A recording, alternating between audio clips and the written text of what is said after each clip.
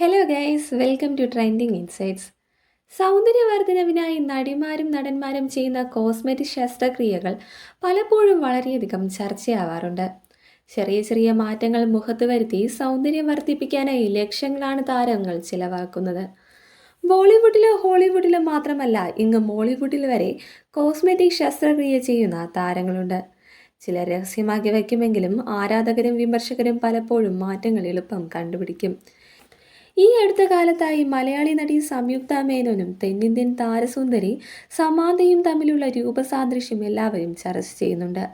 മലയാളത്തിൽ നിന്ന് ചുവട് മാറ്റിയ സംയുക്ത ഇന്ന് തെലുങ്കിലെ മിന്നും താരമാണ്.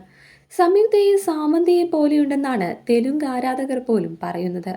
അത്രയേറെ രൂപസാദൃശ്യം ഇവർക്കുമുള്ളതിനാൽ സഹോദരിമാരാണോ അതോ ബന്ധുക്കൾ വല്ലതുമാണോ എന്ന സംശയം പോലും ഉദിച്ചു.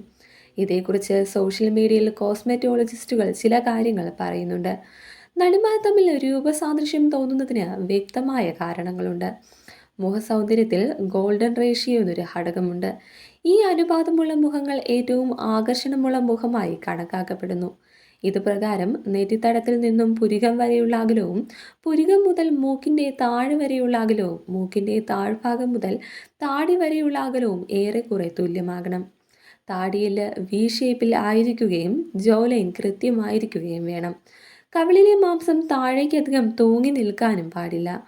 കൂടാതെ മേൽചുണ്ടും കീഴ്ചുണ്ടും ഏകദേശം ഒരുപോലെ ആയിരിക്കണം. ബ്യൂട്ടി സ്റ്റാൻഡേർഡ് അനുസരിച്ച് മുഖത്ത് മാറ്റം വരുത്തുന്ന താരങ്ങൾക്കാണത്രേ ഈ രൂപസാദൃശ്യമുള്ളത്. സാമന്തയുടെയും സംയുക്തയുടെയും പഴയ ഫോട്ടോകൾ പരിശോധിക്കുമ്പോൾ ഇരുവർക്കും ഒരുപാട് മാറ്റങ്ങൾ